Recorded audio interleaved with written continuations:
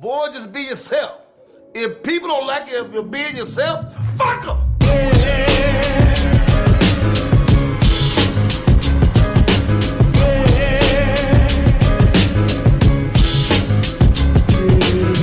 It's Big Los. Hollywood Kev. And welcome to another episode of The Noize. If you haven't yet, go ahead and follow us on the Big Three, Facebook, Instagram, and Twitter at The Noize Podcast. And of course, you can follow everything Beat Network at beatnetworkonline.com.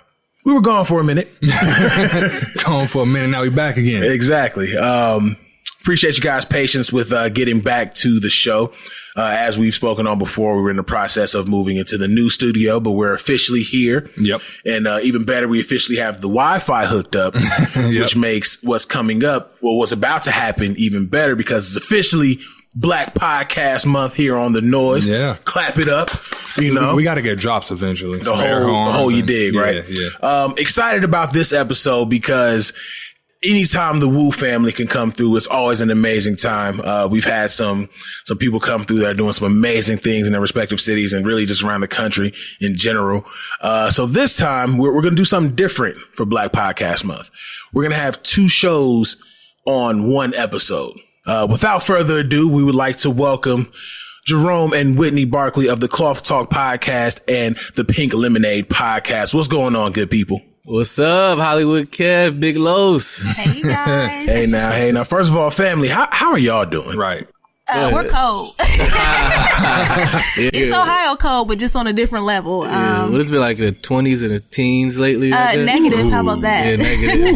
Yeah, it's been pretty cold, snow and all that crap. So it hasn't been pleasant, but you gotta chug through it. Well, yeah, it was 65 for us yesterday. Yeah, yesterday was 65. And it was slight weight sunny. Oh, wow. Right. A couple moments during We the don't day want to hear that. with no jackets. But hey, when you ever get a chance, come on out west. Come enjoy some of this good sun. Right. Because we got no plenty snow. of it. We don't have that. None of that snow whatsoever. We don't believe in that. Oh, that's nice. That sounds beautiful. That sounds like the dream. Listen, when I went back to Ohio to go to Wilberforce with these fine people, I hadn't been back in like the snow and since like 05. So 07 come around and I'm out there spending my first real winter. Well, around this time is 08. I'm spending my first real winter in Ohio. And it was just like, here's why you're on the Southwest, because up here in the Northeast, right, we're teabagging the city right now with nothing but snow. I don't try to go back home unless it's like spring, summertime. I'm not going back home. It got to be some kind of sun out, and to do, four winters there, it was definitely a humbling experience. So I'm enjoying my time here on the West again. Mm-hmm. But you guys y'all are made for it. Y'all are made for it. Y'all grew up there.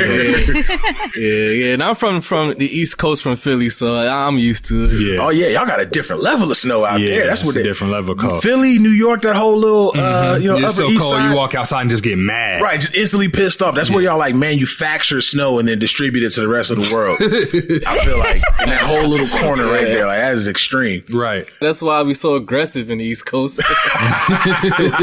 They cold. That's right. Got to be able to survive the climate. Absolutely. So to get into you guys' business a little bit, you guys are both active and successful podcasters. So to really, kick things off, I want to know how you guys, first of all, met. This is a married couple who are in the exact same business where, they should be considered competitors. Right. So let me know how this union came about for you guys, and then transitioning into what got you guys interested in podcasting. All right. Go ahead, Woody. You can start off. Okay. Well, it all started at Wilberforce University. I think Jerome and I, we were friends for a good minute before we actually became a couple. So I used to rap and Jerome made beats. So obviously we always used to just kick things back and forth. And then, as we got together, we got married, and then we just both started to really get interested in this podcasting space. Jerome actually entered it before I did because he's always loved interviewing people. I mean, he's always used to do like YouTube videos. So it was something that was very natural for him. when we were at Wilberforce, we also had a radio show together as well. So we had kind of dabbled in it, but it really started to become a thing for us in the last couple of years. And for me, podcasting was just something that I started because I had started blogging before. I had written a book, but podcasting was really an opportunity for me to share my own personal voice rather than amplifying just the stories of other people. So this was just my opportunity to kind of talk about just kind of things that I was thinking about, because I do a solo podcast. Like sometimes I have a guest occasionally, but I don't always necessarily bring someone on to speak with me. So really it's just my opportunity to be introspective. Whereas Jerome, I think he just loves to talk to people, because Cloth Talk is really looking at different perspectives and different ways of life. For me, in my case, as far as getting into podcasting, like Whitney was saying, when we got on the radio out there, at Wilberforce, I really enjoyed that experience, and I realized that, you know, it's like talking to people, being on the air, interviewing people and stuff like that. I enjoyed it a lot. So once I graduated, with my degree in psychology, I was like, man, I want to like just learn from people, just sit down with people and talk with people from all different walks of life. So I said, you know what the hell? I'm just going to start a podcast and just invite random people on and just talk with them. So that's where the term Cloth Talk came from. A lot of people ask like, what the hell does Cloth Talk mean? Where did you get that from? So the name, I just look at it like we're all cut from a different cloth in this world. So, with that, I just invite all different types of people on, and, you know, we just have what we call Cloth Talk. So that's pretty much how I started for me. So I'm in my, third year now doing it. So it's been fun. It's been a journey. I've talked to so many people. Tell them how you met some of these people. Right. That was my next question. And there's one in particular I have a question about too, but I'm listening. A lot of Go these ahead. people I don't know, or they either are, they're coming on the show for the first time. So I'll put out sometimes like in the beginning, I would put like little ads up on Craigslist, and I would reach out to people on, through like social media. But at the time I wasn't like big in social media. So I would get people from Craigslist, people I work with, people I found interesting online. I would just send them a message like, hey, I seen your, your page or whatever. I think you're pretty interesting. And you'll be surprised how many people be down. They're like, yeah. They don't know me for like, you come and mind you, I record out of my house. So people are coming to a stranger's house, not knowing who the hell he is, if I'm going to kill him or not. It's a little dangerous, but it's also for the culture. So, Right, it's right. Exactly. It's wild. So people come over, and they come over. We just have a podcast, and I meet them for the first time, and we just literally just talk. And I put the episode out, and it's good. It's dope. It's fun. Out of respect, you want to go by J Brodie, or you want me to drop the legal? Oh, you either one. You can say Jerome. Just making sure. I don't know if you got Warren's brother. You say Right. you went from Philly to Columbus. That's a hell of a jump. So I don't know what's going on the East right now. That's all. You feel me? But I know you used to do. Clear. You used to do like a vlogging back at Wilberforce. Exactly. Yeah, a lot of people they recognize the name J Brodie from J Brodie TV, which you was mentioning back in college. I actually started J Brodie TV back in high school, back in Philly. Cause I always used to record, I always walk around with my camera. I had a little camcorder, in high school, and I would just walk around recording stuff, just documenting like everything that I would encounter and get into, and I would just upload it to YouTube. So that transition to Wilberforce, when I got there, I realized that, and I didn't know at the time, cause when I got to Wilberforce, I didn't know diddly shit about Wilberforce, to be honest. None of us did. He told me one time that he picked Wilberforce out of a hat. Yeah, so a lot of people ask me, why the hell did you leave, Philly of all places? You come to, the country out there in the Midwest and don't know shit about the school or what they offer or nothing. So I'll tell a quick story how I ended up at Wilberforce. Abu Edwards, I'm pretty sure you're familiar with him. Oh, my guy. Los. He's also from Philly. So my senior year, he came back to Philly and spoke at my high school that I went to. And I didn't know he went to the same high school as me because he was already at Wilberforce at the time. So he came back, spoke about Wilberforce, and I really wasn't listening because actually I was opposed to going to college. I was like, man, fuck school. I ain't going to college. I'm going to graduate, grab a job, and I'll be good. Fuck this shit. So, I was like, you know what? Let me submit a application, because I figured for me to be focused and actually be successful, I got to get out of Philly. So I asked him at the finished speak, I was like, so where's the school at? Wilberforce, where is it at? He's like, Ohio. I was like, Ohio? He's like, yeah. I was like, okay. So he gave me this sheet, application, filled it out, and I sent it in. And my thinking was at the time, I said, whatever school that accepts me first, that's furthest away from Philly, that's where I'm going. Wilberforce was the first one to send me back acceptance letter. I was like, that's where I'm going. Showed my mom. She's like, oh, that's great. Where is it? I said, Ohio. Ohio. Her exact response. I was like, yeah. She's like, what? You're not going to Ohio? My only son and all this. I'm the youngest. She's like, no, you're not going. So after a little convincing, I got her blessings. She allowed me to go to Wilberforce. So that's how I ended up at Wilberforce. Then when I started the vlog, the J Brodie TV, I realized that there wasn't a lot of content about the real life experiences at Wilberforce. Mm-hmm. Like, I didn't know it was the first HBCU, the oldest one, all this first stuff. I'm like, why the hell doesn't no one know about this school? Right. Cause it's a small private school. So I, took my camera with me and I would film damn near every day about, just people there, what I would do, the college life, and I would upload it. And a lot of people started to recognize me off of that. So I realized I had something there with that. I was like, you know what? I got to keep this brand going with this J Brodie stuff. So that eventually transitioned into, the podcasting and like I said, the radio station at the school. So it's been a blessing, man, that to have that name J Brodie, because a lot of people, when they see that, it's like, oh, I've seen that somewhere. And, it helps a lot with the branding. So yeah, that's how the vlogging started. Whitney, you and I, we share a very similar story, because the same way you came into the Woo was the same way I came in, and that was at Spitters. I'll never forget that first week when she came in. It was like a new student orientation week, basically. Mm-hmm. And they had something like an open mic in our alumni multiplex.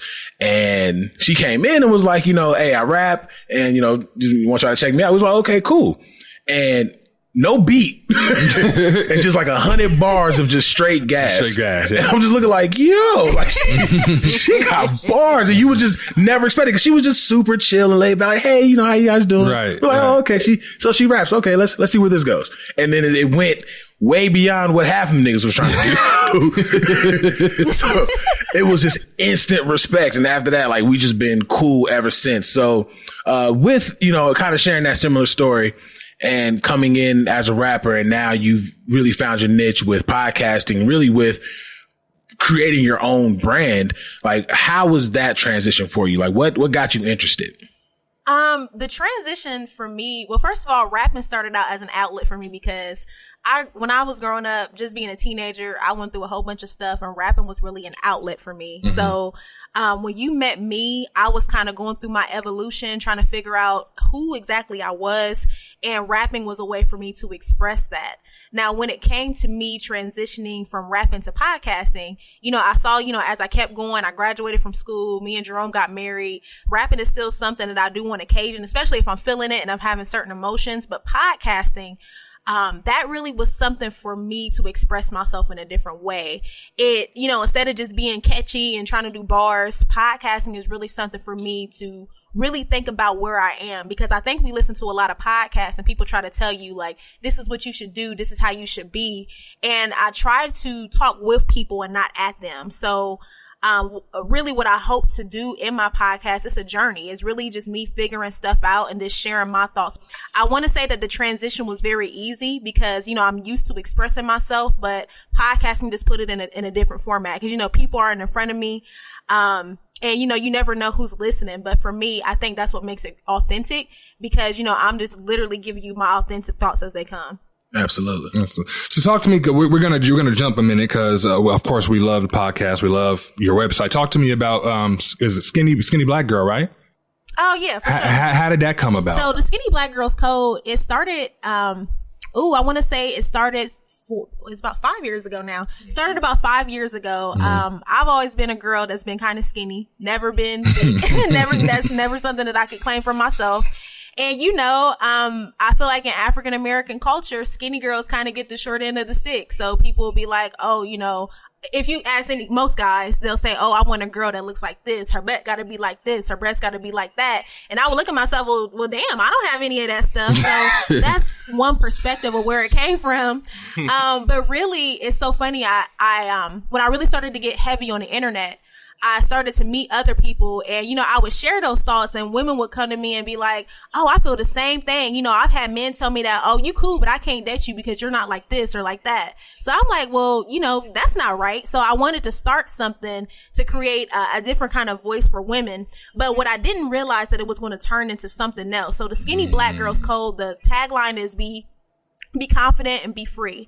And by having that tagline, it's really just a movement of women who are not afraid to be themselves and who realize that freedom is something that you have to claim for yourself, and is not a destination. It's a journey. And in order for you to be free, you got to figure out what that is for you. So the Skinny Black Girls Code is just a testament of that. It really started off as a blog. I've written a book in 2017.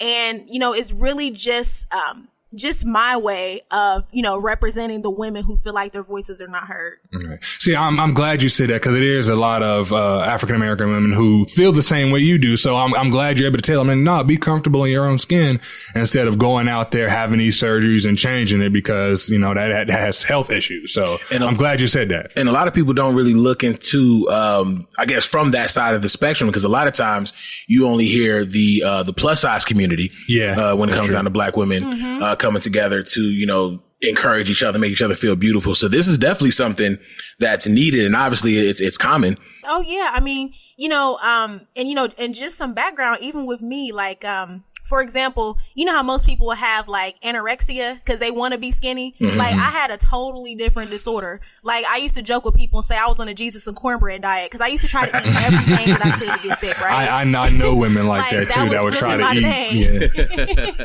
But it never happened for me. But unfortunately, there are some women who are, like you guys said, getting surgeries and stuff. But even young girls who are trying to eat and try to do certain things to get a certain look that's really, for some, are not meant for them. So that's really why I want to kind of help build that self-confidence in people, because sometimes it's not worth it. And when I look back at everything, I'm like, man, all this time that I spent doing that stuff, I could have been doing something else. So, again, really, this is just an opportunity for people to really learn how to share how they're feeling and hopefully spread something that a lot of people don't know. I know, like, when I told Jerome, he was just like, what? Like, what is this? So, but, he's been on board with me for a couple years now, so he knows what's up. But a lot of guys don't know. So, right. I know you mentioned it earlier. I'm going to talk about your book. Congratulations, by the way. Talk about your book. Thank you. Well, the Skinny Black Girl's Guide to Freedom, it's not just for skinny people. I just want to put that out as a FYI. Because my big ass saw it and I was like, damn, I ain't skinny or I think it's a bitch. I'm sorry, continue. It's so funny. I've actually had several men who have read it at this point now. And it gave them, especially men who have like children, like young girls, like it's giving them a lot of perspective. But really, my book is an outline of my journey. A lot of people know the happy, optimistic Whitney. Pink Lemonade is really a big testament of that. You're kind of seeing me in my happy days. But my book really chronicles a lot of the difficulties that I had just growing up. I mean, I was sexually assaulted and within 9 months of that, I had an abortion. So I talk about that stuff pretty heavily in my book. And, a lot of people don't understand that. We talk about Wilberforce University, and in my book, I really credit Wilberforce for saving my life, because literally I wasn't going to go to Wilberforce. That wasn't even something that was on my radar until a friend of mine, her name is Israel Tony. Shout out to Izzy. She's like, there's a school, you need to go. You need to get out of Columbus. You need to do something else. So literally my dad drove me to Wilberforce, and I didn't care where it was, how it was. I literally took money that I had saved up and paid my housing deposit the same day. They didn't even have to tell me anything about the school. And just being there, it changed my life in a good way, because prior to being in school, so just to give you some background, my mother's a Jehovah's Witness, and my dad, he's just my dad. He believes in God, but he doesn't necessarily have an affiliation. I grew up differently, just kind of thinking about God. And when I went to Wilberforce, that's really where I kind of established a foundation. Like, man, that's where I felt God for the first time. But it's kind of funny. I don't know, Jerome actually remembers this day. I remember I went to an apostolic church in Xenia, which is, not too far from the Woo. And in my book, I talk about how this is you know how people fall out in church and they're like experiencing the Holy Ghost for the first time. Mm-hmm. So I'm like, okay, this is my moment. So I'm feeling it. And all of a sudden these people start surrounding me and I'm like, what the hell is this? Like, what are they doing? So they're surrounding me. They're laying hands on me and I didn't know what to do. So, I kind of talk about how I faked the Holy Ghost for the first time. Not because just fell out like Jesus. I was scared because they were speaking tongues. I thought they were speaking Spanish. I heard somebody say "Como estás?" I'm like, "Muy bien." Like, I didn't know what to do. So, I mean, desperate times for desperate measures. But no, it was really an experience. And really my book is kind of going back to the tagline of be confident, be free, is really teaching people how to find their own personal freedom. Because, you know, I feel like we all start off in life with confidence. Mm-hmm. I call that you 1.0, but somewhere down the line, we have a situation or experience that changes how we look at ourselves. Right. So, you know, we kind of lose a little bit of self-confidence. So I want people to figure out how to get to them 1.0 and really define what freedom looks like for them. Absolutely. And as you know, as we look on the website, and it just seems like everything that the Skinny Black Girls Code represents, you know, is about positivity and, you know, as your journal is titled, Reclaiming Your Power, and, you know, to make sure you move in the correct ways. Like, I love the fact that your dry erase board that's up here damn near comes across like a vision board. And then, of course, Reclaim Your Power, you know, being the title of the journal for just a simple journal. You know, you're already going into it, writing in it like, this is what, you know, these are the thoughts I want to get down to reclaim my power, to make sure that we're in a solid place. I also like the fact that everything that your website and brand represents, you do in your podcast as well. One thing that did throw me off was the length of the podcast, but you pack so many gems inside the podcast, inside the, you know, the 20 minutes or whatever amount of time that you're in there for. How did you decide to, I guess in a sense, keep it short and sweet when it came down to the Pink Lemonade podcast? Well, I think about the person that I try to target. Most people who listen to my podcast, I feel like they're busy, they're on the go, they're trying to do things. So in my head, my thought process was, if I'm going to create a podcast, I want to create it for the average length that it takes someone to get to work. For a lot of people, you know, the car length can go anywhere from 30 minutes to an hour. Right. So I always try to keep it in somewhere in between that 15 to 30 minute mark. So I just think that it's just really important for people to have something that's digestible, something that they can think about. And it's a quick thought. And I think because it's so short, people like it, because people are like, oh man, I wish it was longer, or, you know, or oh man, like I binge listened to all of your episodes. So I think it makes it a lot easier for people to consume. And that was really my thought process behind it.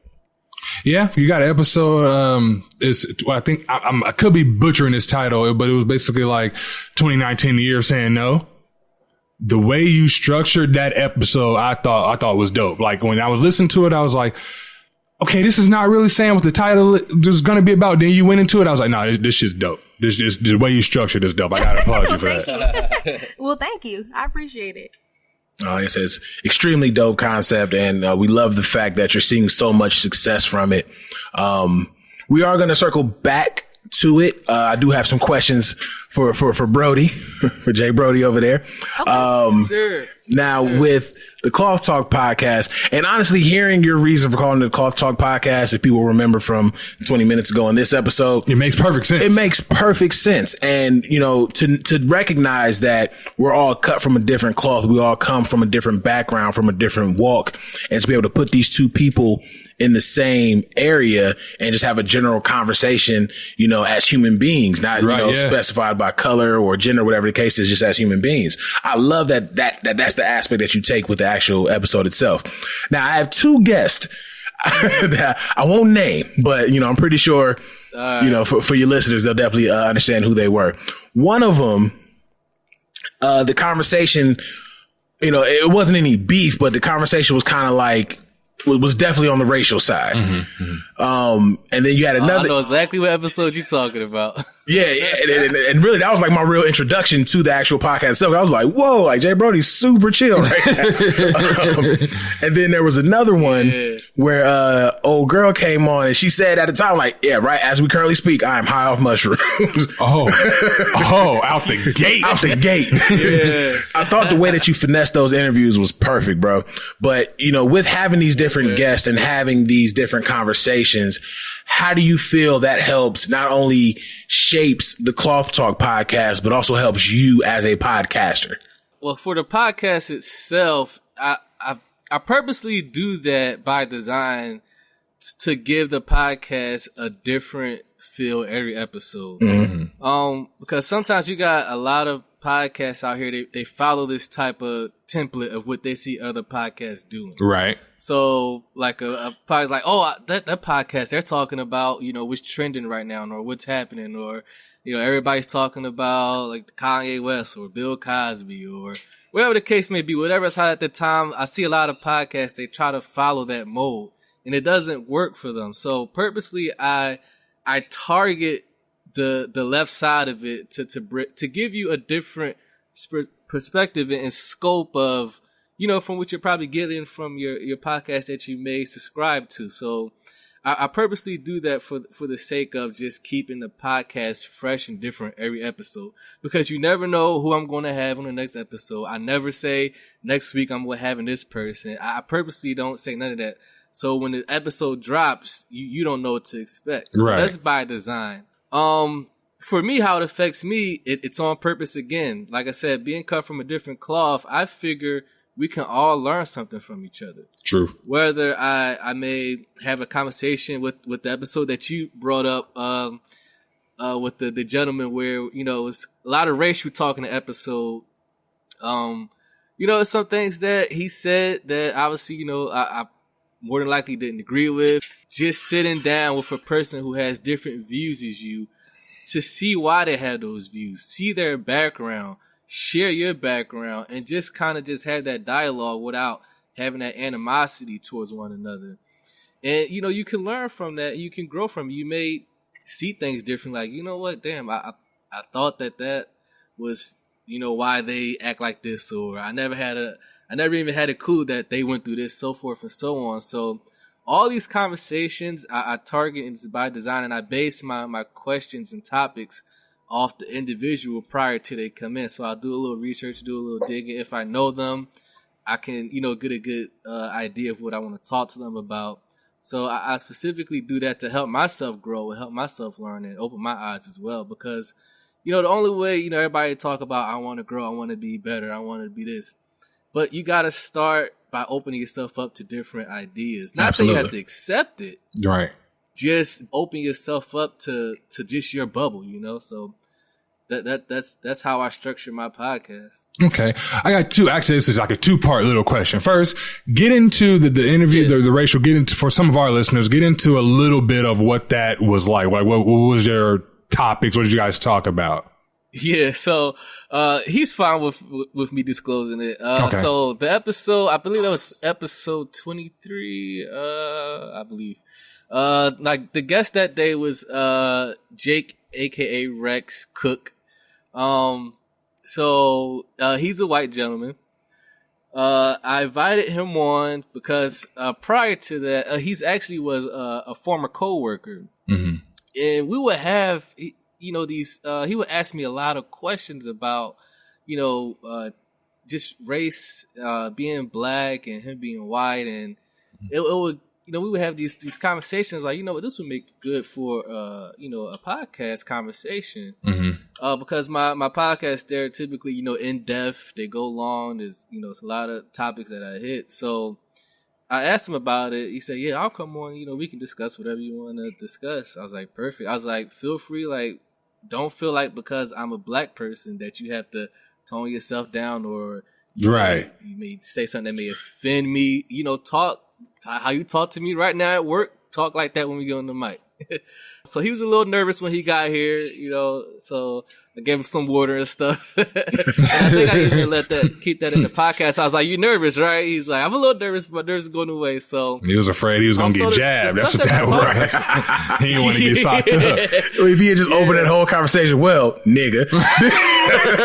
I'm like, oh, okay, we already at that end. Right. Okay. Right. So the things that we talked about in the episode, you know, it ruffled a lot of people's feathers. A lot of people didn't like him. A lot of people like, why would you have this fucking racist on this show and all this stuff? So we talked about, I wanted to get his opinions on, black leaders and just black community, how he felt about it. Uh-huh. So he shared his opinions on Al Sharpton. You know, he called Colin Kaepernick a pussy. He shared his views on the N-word. He believes everyone should be able to say the N-word with no censor. Black people shouldn't be able to only ones to say it. You know, he admitted to me that, you know, I say it, but I don't say it. I won't say it in front of a black person, but I do say it like when music comes on or in conversation with my other, you know, white friends. He ain't trying to get punched in the mouth. He was like, nope, I ain't getting punched today. I know my limits. Yeah. We talked about, the church, him being an atheist for 10 years. We talked about, the government. We talked about food stamps, government assistance, and how it caters to how he thinks, you know, black people use it. So it got real heavy. You know, he opened up, we talked about it, and you know, it was one of my probably most impactful episodes that people liked and hated at the same time for obvious reasons. Right.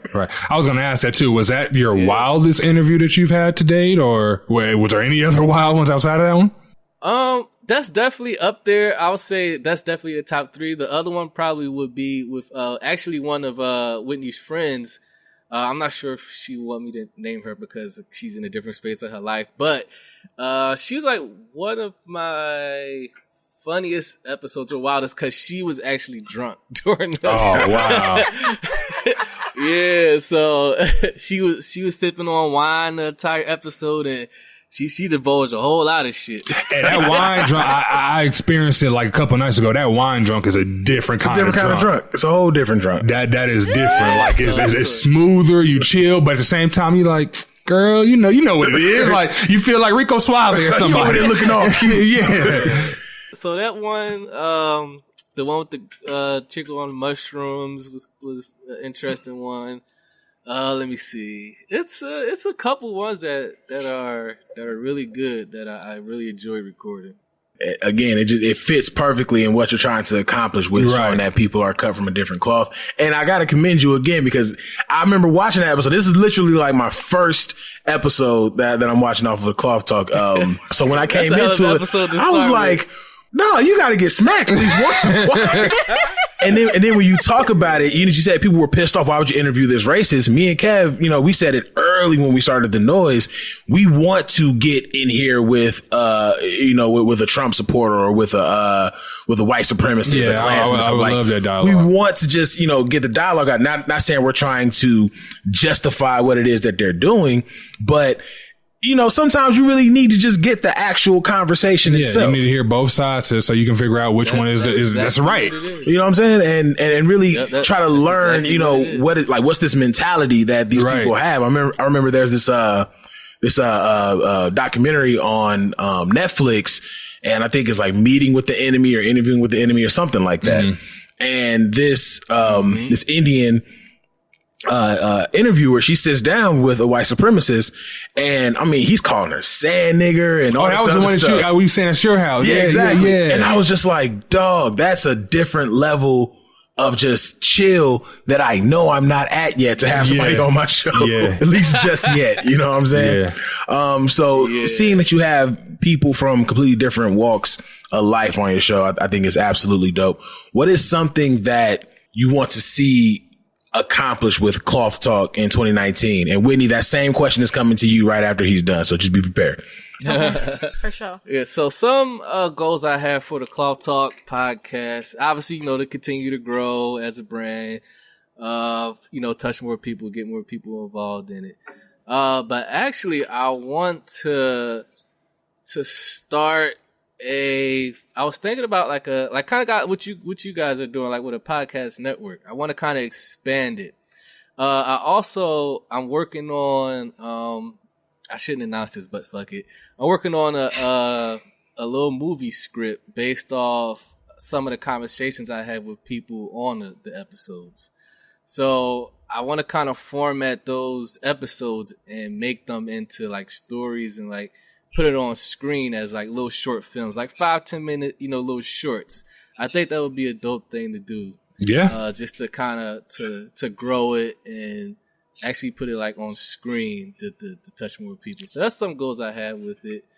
Let's see what else. Also, like I was mentioning earlier, the podcast awards out here that I'm organizing in Columbus, Ohio, the very first Columbus Podcast Awards out here. I've kind of took like seeing what I was doing out here in Columbus, and then I realized that there is a large podcast scene out here in Columbus. So I wanted to start an award show. I was like, why the hell hasn't it been an event to recognize, the podcast scene out here? So I invited some other local podcasters on the show. After the episode, I ran the idea by them, and everybody was on board. So I assembled a committee board, reached out to a few sponsors, and right now we're organizing it, and it's looking very promising. So, that's dope. That's super dope. Yeah, yeah. It's a lot of work going on to it. But yeah, that's what we're doing with the Claw Talk. We're just continue to expand, touching more people. So yeah, that's what it is. Shit, to be honest, like you like Black Joe Rogan. Yeah, somebody actually just told me that the other day.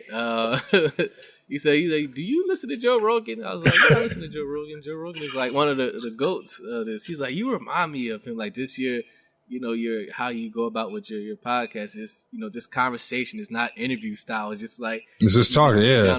I was like, yeah, like that's cool. That's a great compliment. Joe Rogan's a goat. Right. I'm pretty sure y'all experienced it too, but it's so crazy when you talk to people about podcasting and they break it down like, man, I don't know how I can ever do that. Like, y'all do understand this is just a conversation, right? This is just a regular conversation. You just so happen to have more entertaining conversations than most. Right. You know what I mean? Right. People, they make it seem like it's some kind of special rocket science to do this. It's not. Same stuff you would do with your friends, just with a mic, that's all. Right. So, Whitney, with the Skinny Black Girls Code, the Pink Lemonade podcast, everything, because I see Jay Brodie's visual, so my assumption is that you're going to do the same thing with the Skinny Black Girls Code. But what's next, to come for the full, brand for you? Ooh, so the next thing. So one thing I want to do with Pink Lemonade, I want to have an actual live podcast with a live audience. I think that would be really dope and a great experience for people to kind of share perspectives. And I would try to change it up a little bit to kind of do like a roundtable discussion. Cause I want to share my thoughts, but obviously I want people to be able to, be in the moment and share what they feel too.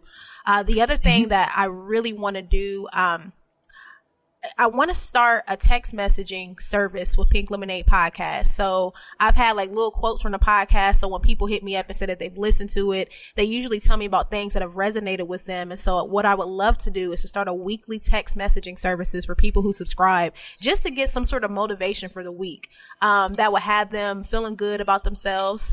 And then also, I've been looking, I haven't solidified anything yet, but I'm also coming out with a Pink Lemonade drink. Hey. Oh, hey, yeah, that'd be big. Yeah. So I want to get into the beverage scene, and with the podcast, so to still be connected to the brand, I want to offer it only in the summertime.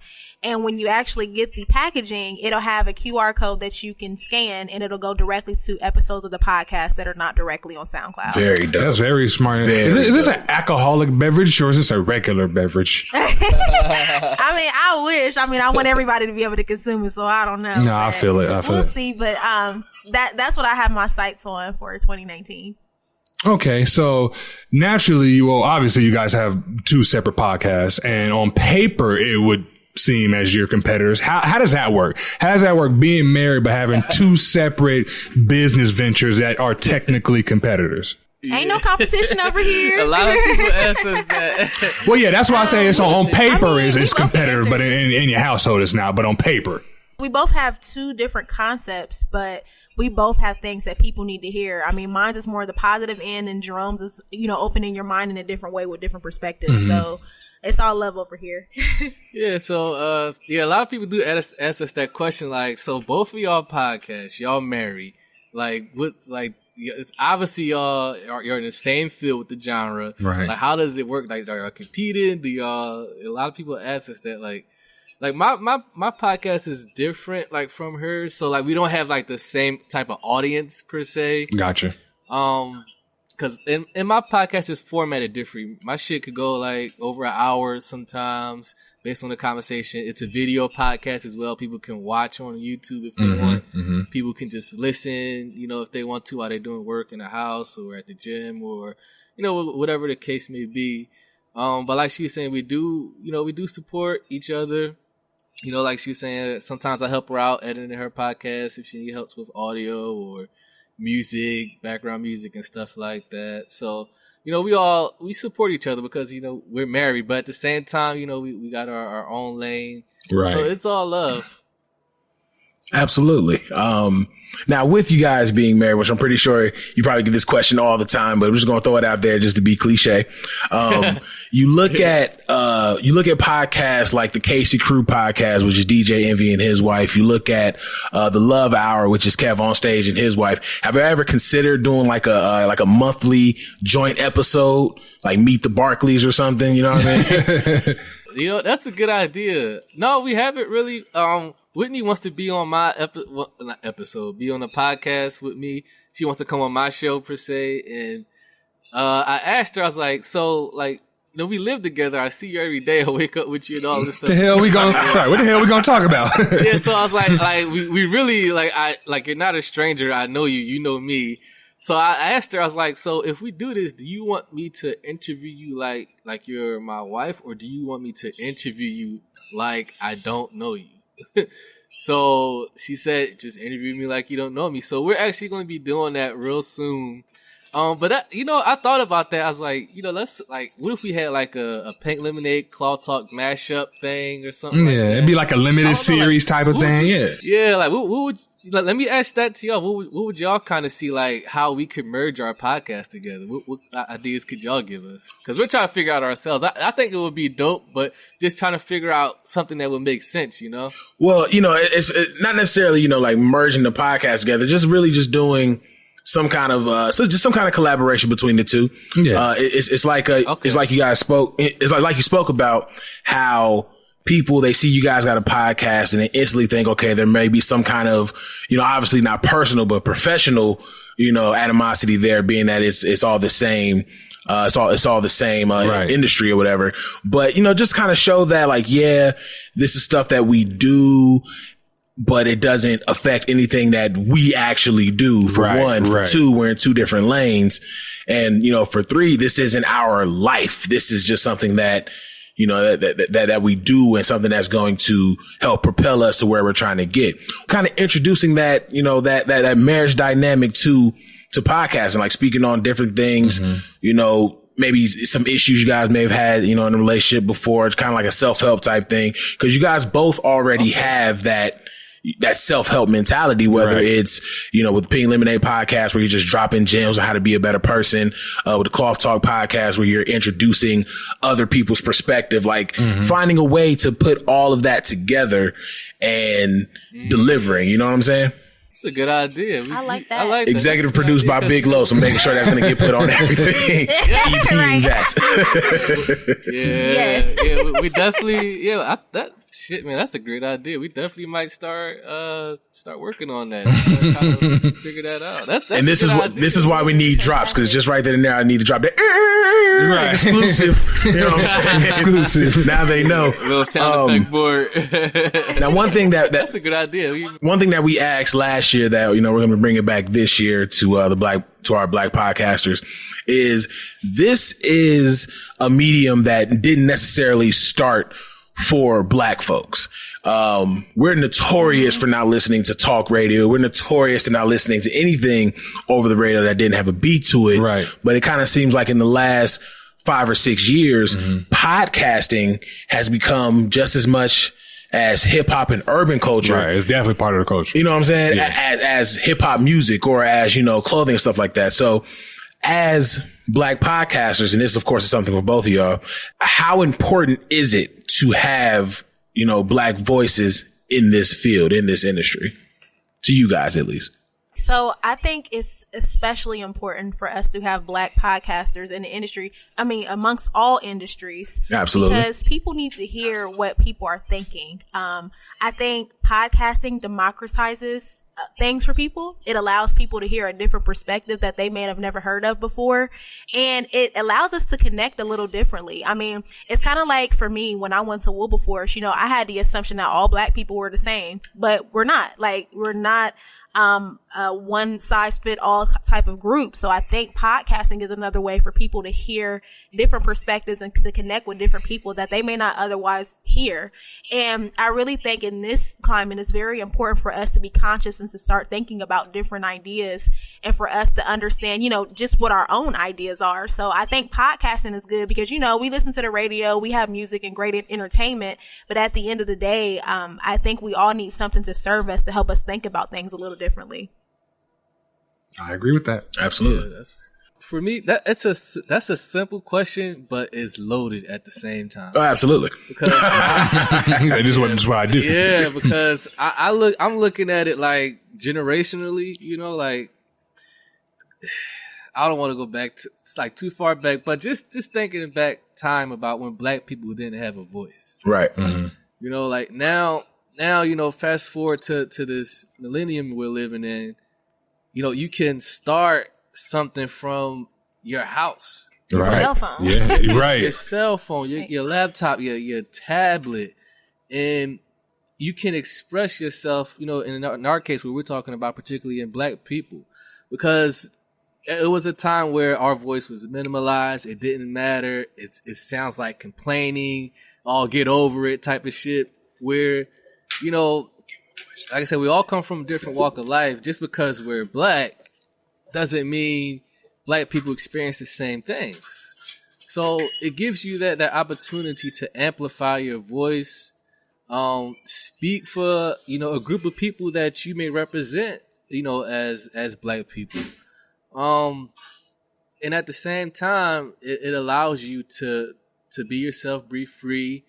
Because sometimes, you may not know if anyone is hearing you or listening to you. But you just may say something that can spark or change someone's lifestyle, how they go about living every day, their thought process. Just like the episode I had with Jake. People listening to that, they probably could have walked away, enlightened, angered, whatever the case may be, a more understanding of, okay, why this certain individual. Right. I'm pretty sure he walked away with something. Does. Yeah, and we were just, just bouncing stuff off each other. Like, okay, I see your point, but let me give you mine. These are conversations that we can have now that's amplified and people can listen in and they can, share their opinions, whether through a comment on Twitter or a comment under, everybody has a voice now. But at the same time, it can get fucking over polluted. Yeah, not everybody needs to speak. A lot of people, not everybody should, want to just get on podcasting just because you can do it. Mm-hmm. You may not be good at it. You may not have good intentions with it. So it's all about, what's in your heart as, a Black person, why you want to podcast. Or you just want to talk about entertainment? That's cool. You just want to do movie reviews? That's cool. Do you just want to, it's all dependent on the field that you want to take it in. But at the same time, I think we as Black people, we have a responsibility to add something that was never there before, which I think is pretty dope. Right. Absolutely. Absolutely. This is something I just thought about right now that I want to try since we got both of you guys on. What is, and it can go for both of you, what advice, Jay, would you give to Whitney on improving her product and vice versa? What advice would you guys give each other? Ooh. Ooh, okay, that's a good question. Yeah, that is that. Nobody ever asked that before. Okay, how Whitney can improve the Pink Lemonade brand or podcast? Now, don't say nothing that's gonna get you in trouble when we off the air. Y'all still gotta, have you still gotta have life when we done. All right. All right. Let me see. Well, I told her this before, but I think if she had more guests on her podcast, because her podcast is not guest based, like it's a short, sweet. It's no more than 20 minutes. You know, she hits the points. She's dropping gems. But I think if she add, not like every episode, obviously, you know, to still stay true to herself and what she does, but particular like episodes, I think if she added another voice to a certain topic or gem that she wants to hit, and add a person in that may have experience in that, I think it could make for an interesting more podcast. Because yes, she has her own voice, but a lot of times the people want to hear something different than your voice every time they go to your podcast. Yeah, now, sure. It may be true. People just want to hear her, you know? So I could be wrong, but I would say just that, you know, also opening it up to, even though she doesn't promote it, towards men. Like her brand is specifically geared to black women empowerment, black women banding together. But the ironic thing, like she was saying earlier, a lot of her listeners are black guys or men. Is weird. But I would say just those two things, you know, just marketing it to everybody. Don't just, you know, keep the door shut. To just like having women in, market a little bit more to everybody, I guess. So, Okay. yeah, those two things, I guess. Okay. That's good. Okay. I got tough skin. I can take it. There was this side eye that we heard. Right, we heard We didn't it. see it, but we could hear the side eye. I think I know what hers is going to be to not make it so long. No, we've already had that conversation. She think my shit is too long. It is. I can't consume all that. It takes me like a couple days to get through an episode. That's like, why I know. I'm just saying. But for me, so mine's just kind of the opposite of what Jerome just said. I actually would like to hear more of his perspectives about stuff. You know, he puts a lot of focus on others and how they think, but it would be interesting for people to see, you know, what the host actually thinks about certain things. Like, I think it's great. You know, he's a great listener, and I think he asks like fantastic questions to get certain kind of reactions from people. But, every once in a while, I would like to hear, you know, maybe a solo episode or even a segment on his podcast where he's just kind of talking about his perspective on something. I definitely would say that. The other thing that I think, you know, my background is in media and marketing. So for me, I would love to see Jerome promote his episodes more. Because he has so much long form content, I think that he has the opportunity to create a lot of content from those longer pieces. So I would love to see him promote his content more, because just from my personal experiences, there was a period in time where I didn't podcast for 3 months. And within those 3 months, that's when I had my highest, form of people who were listening, because I kept repurposing things and I put it in a different way to where people thought they were listening to brand new episodes. I think definitely that's what I would like for Jerome to do, for sure. Okay. That's fair. See how we're just like we're creating new content Right. as we go forward. See that could be involved on Meet the Barkleys. That's right. Yeah, we're gonna have to start that sub genre of our podcast. Absolutely. Pink lemonade and cloth. And I think meet the Barkleys. I'm telling you, hey, if you run with it, like I said, just go ahead, throw, you know, Carlos Sampson, Big Los, whatever you want to go with, EP. That's all I need. You know, just treat me like LeBron when he did the music for 2K16. Right. That's all. That's all I need. Guys, this has been an amazing episode. We've had more than a pleasure talking to you guys. Let the people know where they can find your material. Let the people know where they can find you at if y'all want to be found on your personal social media. Of course, ladies first. We'll start with Whitney. Great. You can find me a lot of different places. Whitney L. Barkley on Twitter, Facebook, Instagram. But you can find the podcast specifically at Pink Lemonade Podcast on Instagram, Pink Lemonade Pod on Twitter, and Pink Lemonade Podcast on Facebook. Yep. So for Cloth Talk Podcast on Instagram, cloth_talk_podcast. If you want to watch the full episodes on YouTube, the YouTube channel is Rome Barkley. That's ROMEBARKLEY. Or you could just type in Cloth Talk Podcast. You'll see all the episodes pop up. Same thing on iTunes, Google Play, all those other platforms. Oh yeah, you listen to the podcast. Yeah, I forgot that. Yeah, just type in Cloth Talk Podcast. You'll see it'll pop up. Okay, cool. Kev, let the people know where they can find you at, even though they hear it every week. Twitter _Hollywood Kev. Instagram is _Hollywood Kev_. All right, at Big Los IG on IG. Of course, you can follow at The Noize Podcast on Facebook, Instagram, and Twitter, and everything Beat Network at beatnetworkonline.com. Again, Jay Brodie, Whitney Barkley, we appreciate you guys so much for coming on the show. We appreciate you guys kicking off Black Podcast Month. This is a hell of an episode. Thank you. You guys really got us excited for the rest of the month. Can't wait to actually get this one out for the people to hear you guys' story. Let me know when Meet the Barkleys drop as well. Yes. Yeah, oh wait, before we go, I got a question for y'all guys. Yes, sir.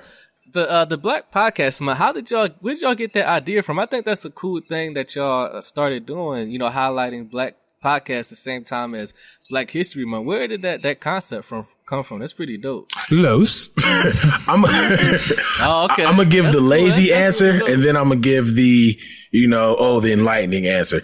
Black History Month was coming up, and we had nothing to do. I want to do something specific. You know what I'm saying? So with B Network itself, we used to share. No, I'm sorry, with the Noize, we used to share like Black Facts daily. And that's actually something we need to get back to now I'm thinking about it. We used to share daily Black Facts. And when we got into our second year, we were like, let's try to do something that, because we always say that we push the culture while being of the culture. So let's find a way to do both. And that's when we really started getting in tune to the podcasting community that's on social media, and how many podcasts, led by people of color that were out there. So like, you know what? Like they're liking everything that we're doing. They're commenting on everything that we're doing. They're inboxing us about certain episodes. I'm like, they're really following what we're doing. Mm-hmm. Why not open up, the avenue that we have, and try to make their fans our fans and make our fans their fans. Yep. And just really expand it. Cause at the end of the day, we're one big community. Right. So why not everyone just win together? So, we went into Black Podcast Month, and it's our second year. Finding the guests have been easy. Getting the shows done have been easy, when the Wi-Fi want to cooperate. But, other than that, that was just, that's really what got us going with it. And it's been buzzing ever since. Yeah. You were the first person to ask us that question. Right. Yeah. First time we've been interviewed on our show. Right. That's dope. We all just curious. Like, man, this is a dope concept. That's pretty cool. Right, we got a whole bunch of things that we got in store, man, and we just really want to, keep moving with what we got going on, and we really want to expand what we already have. You know what I mean? So this is just, one of the small seeds that we're sowing, but it's a bunch of things going on. Yeah. Again, we appreciate you guys coming on. Make sure you guys check out the Pink Lemonade Podcast and the full Skinny Black Girls Code website. Make sure y'all check out Cloth Talk Podcast. Follow all their social media. Definitely connect with them. Do what you got to do. Send them well wishes while they're dealing with that -2 degree weather. And, just make sure everybody stays good. As always, we appreciate you guys tuning in. As always, we appreciate your support. And as always, it's Big Los. Hollywood Kev. It's the Noize.